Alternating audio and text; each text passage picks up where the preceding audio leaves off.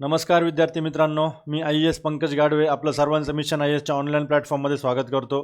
विद्यार्थी मित्रांनो, गेल्या काही दिवसांपासून भरपूर विद्यार्थ्यांचे व्हॉट्सॲपला मेसेजेस आहेत, कंटिन्युअसली कॉल्स येत आहे की सर एक्झॅक्टली काय चाललं आहे. अजिबात थोडीही मुलांमध्ये आत्ता क्लॅरिटी नाही आहे की एक्झॅक्टली काय होणार आहे, की प्रिलिमचा सिलेबस चेंज होईल का मेन्सचा सिलेबस चेंज होईल, किंवा मग आपली जी 2 स्टेजमध्ये एक्झाम होत आली आहे, प्री आणि मेन्स, आणि मग फायनली मेन्सच्या बेसिसवर आत्तापर्यंत आपली फायनल मेरिट लिस्ट त्या ठिकाणी डिक्लेअर व्हायची. तर सर एकच एक्झाम होऊ शकते का? तर बघा, जेव्हा सगळ्या गोष्टी अनसर्टन असतात तेव्हा ऑब्व्हियस आहे की आपलं अभ्यासापासून काय होतं, नेहमी दुर्लक्ष होतं. एक जर क्लॅरिटी नसेल, क्लॅरिटी ऑफ थॉट नसेल की पुढे जाऊन या सगळ्या गोष्टींमध्ये जर बदल झाला तर आपण आत्ता जे प्रिपरेशन करतोय किंवा आत्ता जी तयारी करतोय ती राईट डायरेक्शनमध्ये आहे का. ओके, तर ह्या व्हिडिओमध्ये तुमच्या ज्या पण काही क्वेरीज आहे विद्यार्थी मित्रांनो, सगळ्या मी ॲन्सर करण्याचा प्रयत्न करणार आहे. आणि तुमच्यासाठी एक प्रॉपर स्टडीचा जो टाईम टेबल आहे, आत्तापासून तुमची पुढची रणनीती काय असली पाहिजे. ठीक आहे, आत्तापर्यंत जे झालं ते झालं, जेवढं तुम्ही तयारी केली, जेवढं ते अभ्यास केला आहे, प्रिलिमचा असेल मेन्सचा असेल, तर ॲट फर्स्ट म्हणजे तुम्हाला मी काही गोष्टी क्लिअर करतोय. सिलेबसमध्ये काहीही त्या ठिकाणी चेंजेस होण्याचे चान्सेस नाही आहे, लक्षात घ्या. त्यानंतर एक्झामचा जो पॅटर्न आपला जो चालत आला आहे, पहिले प्रिलिम्स आणि प्रिलिम्सच्या नंतर मेन्स, तर माझ्या पर्सनल एक्सपिरियन्सनुसार हा पॅटर्न चेंज होणार नाही. ओके, RTO एम जशी आपली 2 स्टेजमध्ये होत आली आहे तशीच पुन्हा होणार आहे, की पहिले पूर्वपरीक्षा होईल, त्यानंतर पूर्वपरीक्षानंतर मेन्स होईल, आणि मेन्सच्या मार्क्सवर तुमचं काय होईल, फायनल सिलेक्शन त्या ठिकाणी होईल. सिलेबसमध्ये पण चेंजेस होणार नाही आहे, एक्झाम पॅटर्नमध्ये पण चेंजेस होणार नाही आहे. परंतु आत्ता तुम्हाला आत्तापासून जो मिळणारा जो वेळ आहे तो वेळ खूप जास्त भेटणार आहे, लक्षात घ्या. कारण की ऑलरेडी एक कमिटी बसवली आहे. आता ती कमिटीच्या सजेशन्सच्या बेसिसवर ते काय अहवाल सादर करतील 2-3 महिन्यानंतर, मग त्याच्यामध्ये काय चेंजेस होतात ते आपल्याला बघावं लागेल. तर मग वेळ भरपूर आहे, लक्षात ठेवा. तर मग मुलांना तो सुद्धा डाऊट आहे की सर आम्ही मग प्रिलिम्स आणि मेन्स दोन्ही पॅरलली करू का, म्हणजे जेणेकरून प्री नंतर जो मिळणारा वेळ आहे ते सुद्धा मी तुम्हाला सांगणार आहे. एक्झॅक्टली सगळं तुम्हाला पूर्ण गाईड करणार आहे. एक प्रॉपर स्टडी टाईम टेबल. बघा, टाईम टेबल कधीच कट टू कट फॉलो होत नाही आणि कुणाचाच होत नाही. 100% ॲक्युरेसी त्या ठिकाणी पॉसिबलच नाही आहे. तर एक टाईम टेबल मी तुम्हाला बनवलं आहे टेंटेटिव्ह. जे पण विद्यार्थी फुल टाईम स्टडी करताय त्यांच्यासाठी एक छान टाईम टेबल मी या व्हिडिओमध्ये तुम्हाला देणार आहे. हा व्हिडिओ शेवटपर्यंत बघायचा आहे आणि ह्यातून तुम्हाला एक गोष्ट समजेल की एक्झॅक्टली तुम्हाला कुठल्या पद्धतीने पुढे जायचं आहे. तुम्हाला 2 गोष्टी मी क्लिअर केलेल्या आहे की सिलेबसमध्ये काहीही त्या ठिकाणी बदल होण्याचे चान्सेस नाही आहे. त्यानंतर मेन्सचा जो सिलेबस टेक्निकल तो ॲज इट इज टेक्निकल, जसा मेकॅनिकल आणि ऑटोमोबाईलचा सिलेबस आहे तो ॲज इट इज असणार आहे आपला. त्याच्यामध्ये काही चेंजेस नाही. तुम्हाला फक्त तुमच्या कम्फर्ट झोनमधनं बाहेर यायचं आहे. जे पण काही गजबज आहे मार्केटमध्ये, इकडे तिकडे बाजूला आजूबाजूला जे पण काही गोसिप आहे, ह्यातून पूर्ण स्वतःला आयसोलेट करायचं आहे आणि फक्त तुमच्या स्टडीवर फोकस ठेवायचा आहे. आणि तो पण कसा करायचा आहे हे तुम्हाला मी या व्हिडिओमध्ये गाईड करणार आहे की तुमची पुढची रणनीती आता इथून पुढे काय असली पाहिजे. ठीक आहे, आत्तापर्यंत जे झालं ते झालं. जो काही वेळ गेला, निघून गेला. बऱ्याच विद्यार्थ्यांनी टाईमपास केला असेल, किंवा ज्या विद्यार्थ्यांचा काही कारणांमुळे अभ्यास नसेल झाला, जे फायनल इयरचे विद्यार्थी आहेत, जे म्हणजे फायनल इयरचं प्रोजेक्ट सबमिशन असेल किंवा मग त्यांची एक्झाम्स वगैरे असतील युनिव्हर्सिटीच्या, त्याच्यामुळे अभ्यास झाला नसेल. परंतु आत्तापासून तुम्हाला भरपूर त्या ठिकाणी वेळ भेटणार आहे. ऑब्व्हियस आहे याच्यामध्ये जे विद्यार्थी मागच्या वर्षीपासून ऑगस्ट-सप्टेंबरपासून तयारी करत आहेत किंवा गेल्या 3-4 वर्षांपासून RTO एम तयारी करत आहेत, त्या विद्यार्थ्यांना याच्यामध्ये थोडासा म्हणण्यापेक्षा त्यांचा तोटा आहेच याच्यामध्ये, त्यांचा लॉस होणार आहे. कारण की जे नवीन येणारे विद्यार्थी आहे किंवा जे आत्ता शून्यातून तयारी करणारे विद्यार्थी आहेत त्यांना पण वेळ भरपूर भेटणार आहे अभ्यास करण्यासाठी, लक्षात घ्या. त्यामुळं आत्तापासून तुमची काय स्ट्रॅटेजी असलं पाहिजे, कशा प्रकारचं प्लॅनिंग असलं पाहिजे, एक टाईम टेबल मी तुम्हाला बनवून दिलेला आहे ऑलरेडी या व्हिडिओमध्ये. तो time table cut to cut follow तर होणार नाही, परंतु मॅक्झिमम पॉसिबल ट्राय करा की तो टाईम टेबल तुम्ही फॉलो कराल. ओके, तर बघा विद्यार्थी मित्रांनो, सर्वप्रथम व्हिडिओ सुरू करण्यापूर्वी मेन्स रिलेटेड किंवा प्रिलिम्स रिलेटेड काही पण असेल तुमचे डाऊट्स, क्वेरीज, आणि जो पण एक्झाम पॅटर्न असेल, सिलेबस, बारीक गोष्टी, ओके, कुठल्या सब्जेक्टला किती वेटेज आहे, त्या ठिकाणी किती मार्क्सला कुठला सब्जेक्ट विचारला जातो, तुमचं हे काय असलं पाहिजे, लेवल ऑफ अंडरस्टँडिंग म्हणा, किंवा तुमचं जे प्रिपरेशनची जी डेप्थ आहे की कुठल्या लेवलला जाऊन कुठला टॉपिक केला पाहिजे, सगळे स्ट्रॅटेजी आपण आपला जो टेलिग्राम चॅनल आहे, इवन MCQ सिरीजसुद्धा. ओके, तर आपला डेडिकेटेड टेलिग्राम चॅनल आहे for RTO aim preparation. Okay, आपल्या चॅनलचं नाव आहे @mission IAS मेकॅनिकल. तुम्ही जर टाकलं टेलिग्रामला तर डायरेक्ट चॅनल येऊन जाईल, mission RTO aim by IAS Pankaj sir. Okay, तिथं स्वतः मी तुम्हाला RTO AMVI साठी गाईड करणार आहे. तर जे पण विद्यार्थी हा व्हिडिओ फर्स्ट टाइम बघताय त्यांनी आपल्या यूट्यूब चॅनलला सर्वप्रथम सबस्क्राईब करा आणि हा जो टेलिग्राम चॅनल आहे 2 मिनिटासाठी व्हिडिओ पॉज करून टेलिग्रामला जाऊन आपला जो टेलिग्राम चॅनल आहे सर्वप्रथम सर्वांनी हा टेलिग्राम चॅनल जॉईन करून घ्या. Dedicated only for RTO AMVI असा हा चॅनल आहे. ओके, काही तुमच्या क्वेरीज असतील तर व्हॉट्सॲपला तुम्ही या नंबरला व्हॉट्सॲप करू शकता, या नंबरला कॉल करू शकता. ओके, तर हा आपला अकॅडमीचा नंबर आहे. 2.0 संकल्प, 2.0 यशस्वी आणि 2.0 आरंभ बॅच. ओके, संकल्प बॅच त्या ठिकाणी फक्त आणि फक्त RTO AMVI मेन्ससाठी आणि खूप प्रचंड त्या ठिकाणी म्हणजे ओव्हरवेल्मिंग रिस्पॉन्स भेटला या बॅचला, कारण की आपले डेमो लेक्चर्स इतके प्रिसाईज आहेत. जो कंटेंट आपण देतोय मेन्ससाठी तो इतका क्वालिटी कंटेंट आहे की विद्यार्थ्यांनी खूप जास्त प्रचंड चांगला प्रतिसाद या बॅचसाठी दिलेला आहे, संकल्प बॅचसाठी. तर याची 2.0 आता संकल्प बॅच मंडेपासून सुरू झालेला आहे. तर या सर्व बॅचेसवर आपण 25% डिस्काउंट देतोय. पुढच्या 4 ते 5 दिवस हा डिस्काउंट व्हॅलिड असणार आहे. ओके, या सर्व बॅचेसवर. त्यानंतर 2.0 यशस्वी बॅच ज्याच्यामध्ये RTO AMVI इंटिग्रेटेड बॅच आहे, प्रिलिम्स प्लस मेन्स. ओके, आणि 2.0 आरंभ बॅच ही फक्त डेडिकेटेड फॉर नॉन टेक्निकल म्हणजे RTO AMVI प्रिलिम्ससाठी. प्रिलिम्ससाठी सुद्धा टॉप क्लास आपल्याकडे फॅकल्टी आहे. तुम्ही बिंदास यातली कुठलीही बॅच जॉईन करून ज्या पोर्शनमध्ये किंवा ज्या पार्टमध्ये तुम्ही वीक आहात ते तुमचं प्रिपरेशन तुम्ही चालू करू शकता. ओके, AMVI 25 हा कुपन कोड आहे. मिशन IAS जरी आपलं नाव मिशन IAS असेल लक्षात घ्या, तरीही फक्त आणि फक्त पहिल्यापासून आपण RTO AMVI या डोमेनवर किंवा ह्या एक्झामवरच फोकस ठेवलेला आहे. ओके, 2017 असेल, 2020 असेल आणि आता 2026 आत्तापर्यंत 2017 आणि 2020ला 500+ RTO AMVI अधिकारी घडवणारी आपली एकमेव संस्था आहे मिशन IAS अकॅडमी. लक्षात ठेवा. ओके, म्हणजे टॉप 10मध्ये आपले 2020ला टॉप 10मध्ये 7 ते 8 विद्यार्थी होते. लक्षात घ्या. आणि लवकरच आता पॉडकास्टची सिरीज आपण एक पॉडकास्ट आपण ऑलरेडी घेतलेला आहे आपल्या सिलेक्टेड विद्यार्थ्याचा. इथून पुढे पॉडकास्टची सिरीज आपण सुरू करणार आहोत. कमीत कमी 25 ते 30 पॉडकास्ट त्या ठिकाणी आपण प्लॅन केले आहे की जे सिलेक्ट झालेले विद्यार्थी त्यांनी एक्झॅक्टली कुठले सोर्सेस रेफर केले आणि कशा पद्धतीने त्यांनी त्यांचं प्रिपरेशन केलं. तर तुम्हाला सुद्धा उद्या जाऊन RTO AMVI अधिकारी घडायचा आहे. ती वर्दी आपल्याला काही पण करून मिळवायची आहे. ओके, लक्षात घ्या. त्या गाडीत आपल्याला बसायचं आहे RTO AMVIच्या. तर त्या दृष्टीने आत्तापासून सिरियसली त्या ठिकाणी प्रिपरेशन चालू करा. वेळ भरपूर आहे. वेळेची कुणीच कंप्लेंट करू शकत नाही, कुणीही एक्सक्यूज देऊ शकत नाही. लक्षात घ्या. तर बघूयात आपण आता. तर या सर्व बॅचेस आपल्या मिशन IASच्या ॲप्लिकेशनवर अवेलेबल आहे. तर 2.0 संकल्प बॅचसुद्धा आपली सुरू झालेली आहे. ओके, आणि मेन्सचा सिलेबस बघा, आपल्याला दुसऱ्या कुठल्याही फॅकल्टीवर त्या ठिकाणी विश्वास नाही आहे. त्यामुळे मेन्ससाठी डेडिकेटेड फक्त मी वन मॅन शो असतो. पूर्ण मेकॅनिकल इंजिनिअरिंग आणि ऑटोमोबाईल इंजिनिअरिंगचा सिलेबस मी स्वतः तुमचा कव्हर करणार आहे. माझे सगळे डेमो लेक्चर्स फ्लुइड मेकॅनिक्सचे असतील, थर्मोडायनेमिक्स असेल, टॉम असेल, प्रोडक्शन असेल, सगळे आपल्या यूट्यूब चॅनलला पण अवेलेबल आहेत, आपल्या ॲप्लिकेशनवर सुद्धा अवेलेबल आहेत. तर त्याची डेमो बॅचसुद्धा आपल्या ॲप्लिकेशन आहे. तर ती डेमो बॅच सर्वांनी ₹1 जी डेमो बॅच आहे त्याच्यामध्ये सगळे व्हिडिओज आहेत, ते डेमो लेक्चर्स बघा. आणि मी तुम्हाला रिक्वेस्ट करेल की सगळ्यांचे डेमो लेक्चर्स बघा. महाराष्ट्रामध्ये जे जे लोक कंडक्ट करताय RTO AMVI मेन्सच्या बॅचेस, टेक्निकलच्या बॅचेस, सगळ्यांचे डेमो लेक्चर्स अटेंड करा. ओके, त्यांना रिक्वेस्ट करा की आम्हाला तुमचा डेमो बघायचा आहे आणि मग त्यानंतर कंपेअर करा आणि मग तुमचा फायनल डिसिजन घ्या. त्याशिवाय डिसिजन घेऊ नका. ओके, हे स्ट्रिक्टली तुम्हाला माझी वॉर्निंग आहे. आता RTO AMVI बघा, इथून पुढे आपला व्हिडिओ स्टार्ट होतोय. एक्झॅक्टली काय केलं, 2 गोष्टी तर मी तुम्हाला क्लिअर केल्या आहे विद्यार्थ्यांनो. सिलेबस चेंज होणार नाही आहे, एक्झाम पॅटर्न चेंज होणार नाही आहे. चान्सेस नील आहेत. चान्सेस काय आहे, प्रॉबिबिलिटी काय आहे, 0.00001%. ओके, चान्सेस नील आहेत की सिलेबस पण चेंज होणार नाही, पॅटर्न पण एक्झाम पॅटर्न पण चेंज होणार नाही आहे. मग आत्तापासून काय केलं पाहिजे बघा, मागे जे झालं ते झालं. इथून पुढे काय केलं पाहिजे, तुम्ही 70% जो टाईम आहे तुमचा तो तुम्ही प्रिलिम्सला दिला पाहिजे आणि 30% जो टाईम आहे तो कशाला दिला पाहिजे, मेन्सला दिला पाहिजे. ओके, पण हे कधी शक्य आहे, हे तुम्ही फॉलो केलं पाहिजे कट टू कट. लक्षात घ्या. जर तुमच्या प्रिपरेशन कॉम्पिटिटिव्ह एक्झाममध्ये काय चुकतं विद्यार्थ्यांचं मी तुम्हाला हे सांगतो.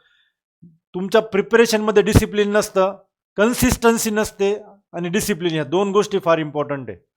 डिसिप्लिन म्हणजे एक दिवस सिरियसली अभ्यास केला, सकाळी 7ला बसला, रात्री 10-11 वाजेपर्यंत अभ्यास केला, खूप छान अभ्यास झाला. नेक्स्ट डेला सकाळी एक मित्र आला, मित्र म्हटलं की चल आपण जाऊन येऊ, इथं मला थोडं काम आहे.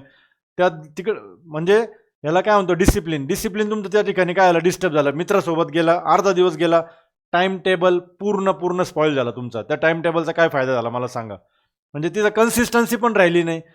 बघा, जेव्हा ही कॉम्पिटेटिव्ह एक्झामची आपण तयारी करतोय, सगळ्यात इम्पॉर्टंट आहे डिसिप्लिन आणि दुसरी आहे कन्सिस्टन्सी. कन्सिस्टन्सीचा अर्थ काय आहे, की तुमचा प्रिपरेशनचा पहिला दिवस आणि तुमचा प्रिपरेशनचा शेवटचा दिवस, उद्या एक्झाम आहे, ओके, तर प्रिपरेशन जेव्हा चालू केलं होतं तो पहिला दिवस आणि शेवटचा दिवस हा सारखाच असला पाहिजे. त्याला म्हणतात कन्सिस्टन्सी. आपण काय करतो, पहिले 3-4-5 महिने टंगळमंगळ करतो, टाइमपास करतो, वरच्या वर प्रिपरेशन करतो. एक्झाम 2-3 महिन्यावर आल्यावर मग आपण रात्र रात्र जागतो. मग एक्झामच्या एक दिवस आधी तर अशी आपली सिच्युएशन असते की विचारूच नका. म्हणजे अशी हालत असते आपली की हे करू का ते करू का, हे रिवाईज करू, हे पण राहिलंय ते पण राहिलंय. त्याच ठिकाणी झोप येत नाही. मग त्या स्ट्रेसफुल सिच्युएशनमध्ये नेक्स्ट डेला इतकं पॅनिक मोडमध्ये आपण गेलेलो असतो. पेपरला जाऊन बसल्यावर मग जो अभ्यास केलाय तो सुद्धा आपल्याला नीट व्यवस्थित आठवत नाही. हे होतं, हे तुमच्यासोबत पण होतं, हे तुम्हाला पण माहिती, तुमच्या मनाला विचारा, हे झालंय. तर त्यासाठी त्या गोष्टी जर अवॉइड करायच्या असेल, पेपरला व्यवस्थित फ्रेश मूडमध्ये व्यवस्थित पेपर अटेम्प्ट करायचा असेल, विथ ॲक्युरेसी म्हणतोय मी, आणि खरंच सिलेक्शन मिळवायचं असेल ना, तर आत्तापासून तुम्ही तुमच्या जे लाईफस्टाईल आहे, डेली रुटीन जे आहे त्याच्यामध्ये डिसिप्लिन आणा आणि सगळ्यात इम्पॉर्टंट कन्सिस्टन्सी लक्षात घ्या. ओके, तर 70% टाईम तुम्हाला इथून पुढं हा प्रिलिम्ससाठी डेडिकेट करायचा आहे विद्यार्थी मित्रांनो, आणि 30% मेन्स. पण ह्यासाठी लागणार आहे तुम्हाला प्रॉपर प्लॅनिंग आणि टाइम टेबल. ओके, तर बघूयात. आता सिलेबस जर बघितला प्रिलिम्सचा, सामान्य क्षमता चाचणी, टोटल हे आपले 8 टॉपिक्स आहेत, सर्वांना माहीत आहे. इतिहास, भूगोल, अर्थव्यवस्था, चालू घडामोडी, राज्यशास्त्र, सामान्य विज्ञान, अंकगणित, बुद्धिमत्ता चाचणी. आता ह्याच्यामध्ये सर्वांना माहिती आहे की भूगोल असेल किंवा इतिहास असेल, याच्यामध्ये स्पेशल वेटेज आहे आपला विशेषतः महाराष्ट्राचा इतिहास. आणि सिमिलरली भूगोल जर बघितलं तर जास्तीत जास्त प्रश्न हे तुमच्या महाराष्ट्राच्या भूगोलाच्या विशेष अभ्यासासह, म्हणजे पृथ्वी, आता जगातील विभाग वगैरे आहे, पण महाराष्ट्रातील जमिनीचे प्रकार, त्यानंतर पर्जन्यमान, प्रमुख पिके, शहरे, नद्या, उद्योगधंदे इत्यादी, म्हणजे रिलेटेड टू महाराष्ट्र, इतिहास आणि भूगोल. इकॉनॉमिक्स ॲज युजल तुम्हाला जो आहे अर्थव्यवस्था, चालू घडामोडी, जागतिक म्हणजे वर्ल्ड लेवलच्या आहे, भारताच्या आहे, आणि महाराष्ट्राचे सुद्धा चालू घडामोडी त्या ठिकाणी आहेत. त्यासाठी मासिक आहेत, मंथली मॅगझिन्स भेटतात, त्यातून तुम्हाला स्टडी करायचा आहे. आणि बाकीचा सिलेबसला तुम्ही आता फॅमिलीवर आहात, अंकगणित, बुद्धिमत्ता चाचणी. मला इथं मी सिलेबस का दाखवला तुम्हाला, कारण बरेच विद्यार्थी आहेत ज्यांनी 2020चा सिलेबस त्या ठिकाणी डाउनलोड केला आणि ते मला व्हॉट्सअपला पाठवतात की सर रिसेंट ट्रेंड्समध्ये मी कशाचा अभ्यास करू. अरे दादा, तो जुना सिलेबस होता. जुन्या सिलेबसमध्ये तुम्हाला नॉन टेक्निकल तर होतंच, पण त्याच्यामध्ये एक टेक्निकलचा पण टॉपिक होता प्रिलिम्सला, ज्याचं नाव होतं recent trends in mechanical and automobile engineering. म्हणजे लेटेस्ट काही R&D, रिसर्च डेव्हलपमेंट किंवा काही मेकॅनिकल किंवा ऑटोमोबाईल फील्डमध्ये काही डेव्हलपमेंट होतं आहे का, तर त्याच्या रिलेटेड तो टॉपिक होता. तो आता नाही आहे, हा नवीन सिलेबस आहे. आता कंबाईंड प्रिलिम झाली ग्रुप सीची जी होती मागचे काही वर्ष, तर ग्रुप सीच्या जेवढ्या पण एक्झाम्स होत्या त्यांची कंबाईंड प्रिलिम्स होती. ओके, संयुक्त पूर्वपरीक्षा. तर तो कॉमन सिलेबस, तो टेक्निकलचा टॉपिक नाही आता. तर हा नवीन सिलेबस आहे. हा मी आपल्या टेलिग्राम चॅनलला त्याची PDF काय करेल, शेअर करेल. Okay, @mission IAS mechanical. ठीक आहे, हा आपला टेलिग्राम चॅनल आहे. आता सब्जेक्ट वाईज जर वेटेज बघितलं विद्यार्थी मित्रांनो प्रिलिमचं, तर इतिहासला त्या ठिकाणी 10 प्रश्न विचारले जातात, भूगोलचे 10 प्रश्न विचारले जातात, जे टोटल 100 प्रश्न असतात प्रिलिम्सला. किती प्रश्न? 100. हे सगळं आता माहिती तुम्हाला, एक्झाम पॅटर्न वगैरे. हे वेटेज बऱ्याच विद्यार्थ्यांना माहीत नाही आहे. ओके, 100 प्रश्न इतिहास, 10 प्रश्न इतिहास, 10 भूगोल, त्यानंतर 15 15 15 15. ओके, म्हणजे हे 60 प्रश्न, 70 80 आणि 90 100. सामान्य विज्ञान, राज्यशास्त्र, चालू घडामोडी आणि अर्थव्यवस्था प्रत्येकी 15 15 15 प्रश्न असतात. प्रिलिम्सला सुद्धा तुम्ही जर तुम्हाला असं वाटत असेल एखादा टॉपिक अवघड जातोय, एखादा सब्जेक्ट अवघड जातो, सिलेक्टिव्ह स्टडी करू शकता. जे जास्त वेटेजवाले सब्जेक्ट आहे ते तर आपल्याला सोडायचे नाही, लक्षात घ्या. अर्थव्यवस्था म्हणजे हेच 15-60 मार्केचेच झाले. आणि इंजिनिअरिंगचे विद्यार्थी आहात तुम्ही, अंकगणित, बुद्धिमत्ता चाचणी हे 10 10 20, या 20 पैकी विद्यार्थ्यांना 15 16 17 पर्यंत मार्क्स पडतात. ओके, तर आता ह्या सगळ्या सब्जेक्ट्सचं प्रिपरेशन कसं मॅनेज करायचं आहे आणि मेन्सचा अभ्यास करायचा आहे का प्रिलिम्सच्या सोबत, तर ते आता बघूयात आपण. बघा, ओके, हे वेळापत्रक आहे जे मी बनवलं आहे, जे मी स्वतः फॉलो केलेलं आहे. मी जेव्हा प्रिपरेशन करायचो 6 वाजता, जे विद्यार्थी बघा आता हा टाइम टेबल तुम्ही थोडासा चेंज करू शकता. ज्या विद्यार्थ्यांना रात्री जागून अभ्यास करायची सवय, जे सकाळी उशिरा उठतात, 9-10 वाजता उठतात आणि रात्री 3-4 वाजेपर्यंत करतात, असतात असे पण विद्यार्थी, ते हे तुमचं जे जिथून तुमचा दिवस चालू होतो त्यानुसार हे टाईम्स ॲडजस्ट करू शकता. ओके, हे मी एक नॉर्मल ह्युमन बिंग जे आहे सकाळी 6ला मी पर्सनली उठायचो. 6 ते 7 वाजेपर्यंत रेडी व्हायला लागायचे. थोडेफार एक्सरसाइज करत चला, वॉकिंग करा, योगा करा, काहीतरी करा आणि ब्रेकफास्ट. ओके, 1 तास मोर दॅन सफिशियंट आहे, लक्षात ठेवा. ओके, दीड 2-2 तास जर सकाळी आवरायला लागत असेल आणि परत मग ब्रेकफास्ट महाराजासारखं उठायचं आणि स्वतःच्या मनाप्रमाणे, तुम्हाला जर खरंच पोस्ट पाहिजे असेल तर तुम्हाला कम्फर्ट झोनच्या बाहेर यावं लागेल, लक्षात ठेवा.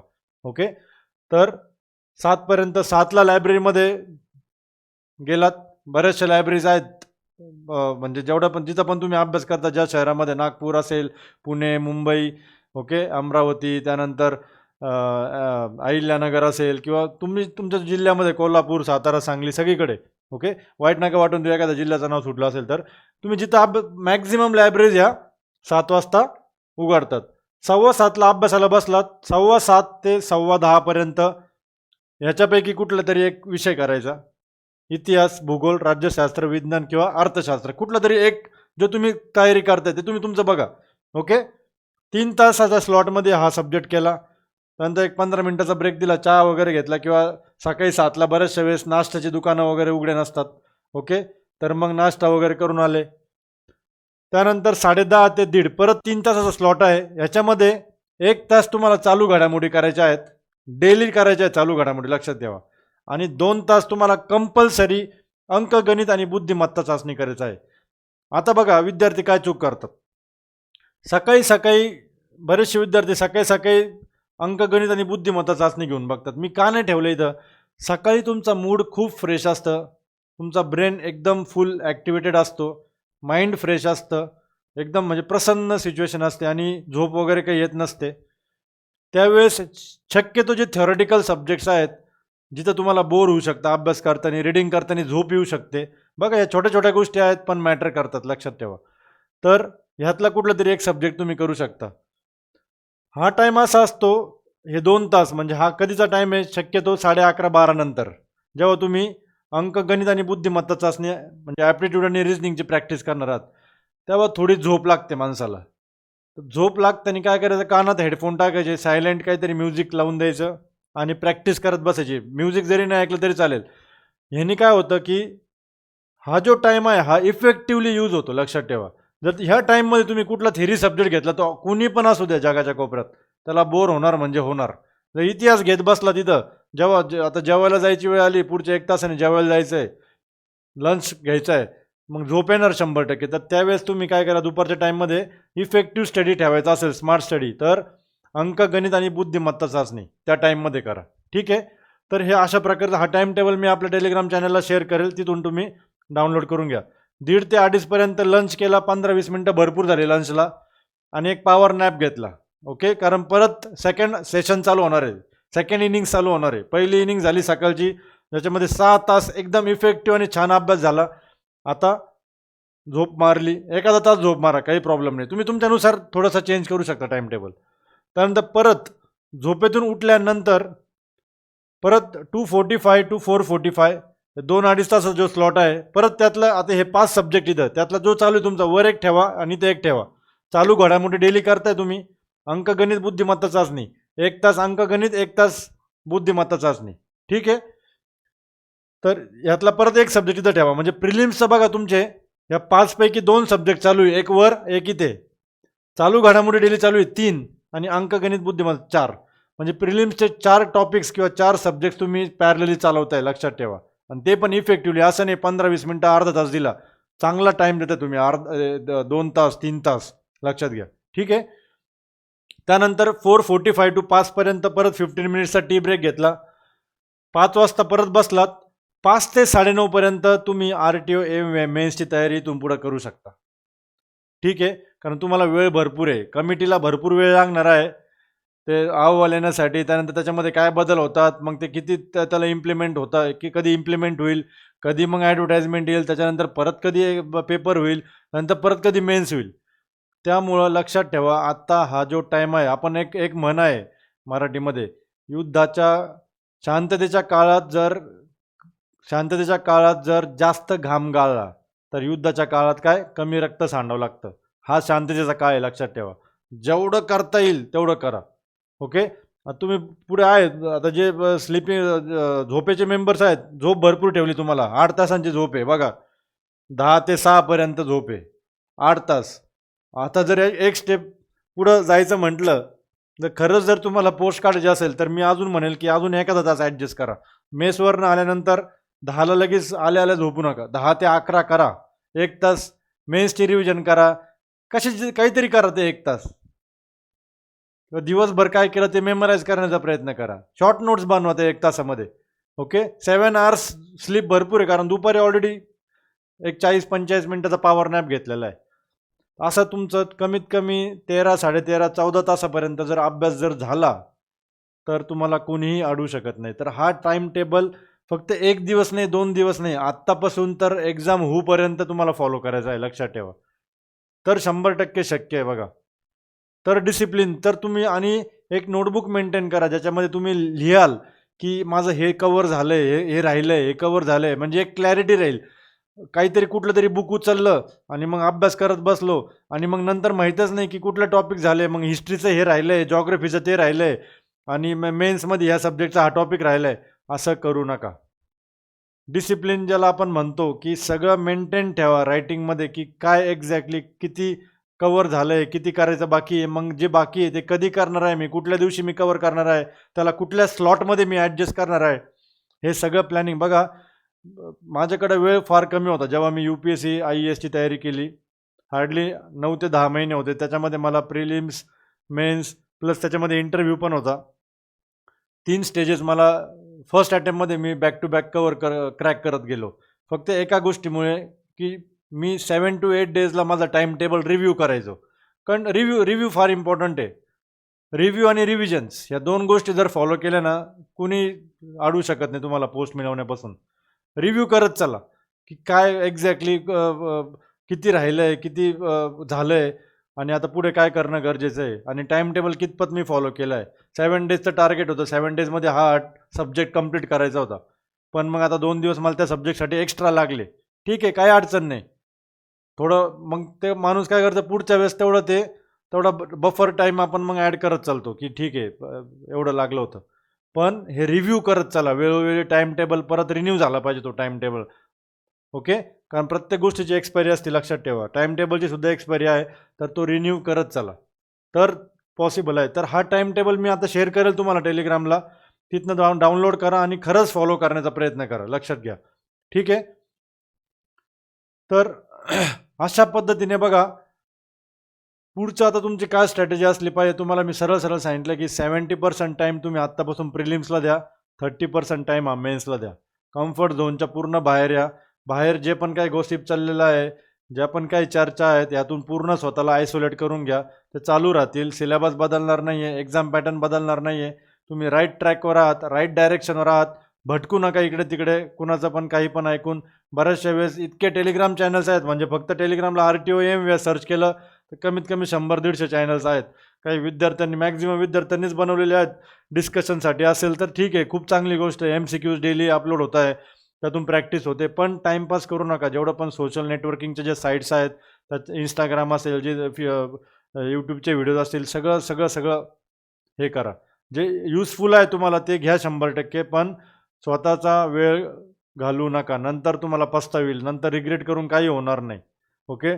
आत्तापासून तुम्ही ह्या दोन्ही गोष्टी पॅरलली केल्या तर बेटर राहील माझ्या एक्सपिरियन्सनुसार. कारण प्रिलिम्स नंतर जो भेटणारा वेळ आहे तो फार कमी असणार आहे. पुढच्या व्हिडिओमध्ये मी मेन्सबद्दल डिस्कस करणार आहे की एक्झॅक्टली मेन्ससाठी किती वेळ लागणार आहे प्रिपरेशनला. ओके. बरेचसे मी ते सब्जेक्ट वाईज बायफर्केट केलेलं आहे की एक्झॅक्टली कुठल्या सब्जेक्टला किती वेळ, फर्स्ट रिडिंगला किती वेळ लागणार आहे. ज्या विद्यार्थ्यांचा 4-4, 5-5, 6-6 वर्ष अजिबात टच नाही आहे मेन्ससोबत, अजिबात म्हणजे गॅप पडलेला आहे, काही संबंधच राहिला नाही, त्यांच्या दृष्टीने सुद्धा मी बनवलेलं आहे की किती वेळ लागेल तुम्हाला प्रिपरेशनसाठी. आणि ते जर बघितलं तुम्ही तर त्यातून तुम्हाला समजेल की प्रॉपर जर मेन्सचा अभ्यास करायचा असेल तर 6.5 ते 7 महिने त्या ठिकाणी लागतात, with revision, with MCQ practice, with full syllabus mock test. Okay. तर मी ते पुढच्या व्हिडिओमध्ये डिस्कस करणारच आहे मेन्सबद्दल. परंतु आत्ता काय केलं पाहिजे, तुमची पुढची रणनीती काय असली पाहिजे, तर हा टाईम टेबल तुम्हाला स्ट्रिक्टली फॉलो करायचा आहे. प्रिपरेशनमध्ये तुमचं डिसिप्लिन आणि कन्सिस्टन्सी या दोन्ही गोष्टी आणायच्या आहेत. सगळ्या गोष्टी सॅक्रिफाईस करायच्या आहेत. फॅमिली असेल, फ्रेंड्स असेल, लग्नकार्य असेल, कुठलीही गोष्ट असो. प्रिपरेशन आणि स्टडी, तुम्ही तुमचं वर्ल्ड, तुमचं विश्व आणि तुमची ही जर्नी जी तुम्हाला RTO AMVAच्या पोस्टपर्यंत घेऊन जाणार आहे, हे फार महत्त्वाचं आहे.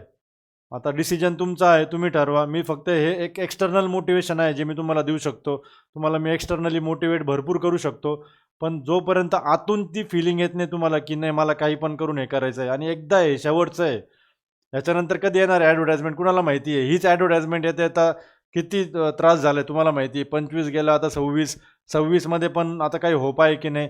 ॲडव्हर्टाइजमेंट तर 100% येणार आहे, मागणीपत्र पण गेलेलं आहे, तो विषय नाही आहे. पण आता हे जे चेंजेस मध्येच आलेत जे कुणाला एक्सपेक्टेड नव्हते, म्हणजे असं काहीतरी आता येते ॲड, तर 100% तुम्हाला तुमचं देणं गरजेचं आहे. डेडिकेशन, सॅक्रिफाईस सगळं करणं गरजेचं आहे, लक्षात ठेवा. तर करा व्यवस्थित प्रिपरेशन, टाईम टेबल व्यवस्थित कट टू कट फॉलो करा. हे सब्जेक्ट वाईज वेटेज जे आहे, टाईम टेबल आहे, सिलेबस आहे, हे सगळं मी टेलिग्राम चॅनलला अपलोड करेल. पुन्हा एकदा शेवटी सांगतो की 25% आपण खूप मेगा डिस्काउंट, आत्तापर्यंतचा हायेस्ट डिस्काउंट आहे हा सर्व बॅचेसवर. एवढा डिस्काउंट आपण याच्या पहिले कधी दिला नाही. 25% 2.0 संकल्प, 2.0 यशस्वी आणि 2.0 आरंभ बॅच, तिन्ही बॅचेसवर डिस्काउंट अवेलेबल आहे. तर आपलं मिशन IAS ॲप्लिकेशन डाउनलोड करा आणि तिथनं जी कुठली बॅच तुम्हाला सुटेबल असेल, ओके, ती एनरोल करा.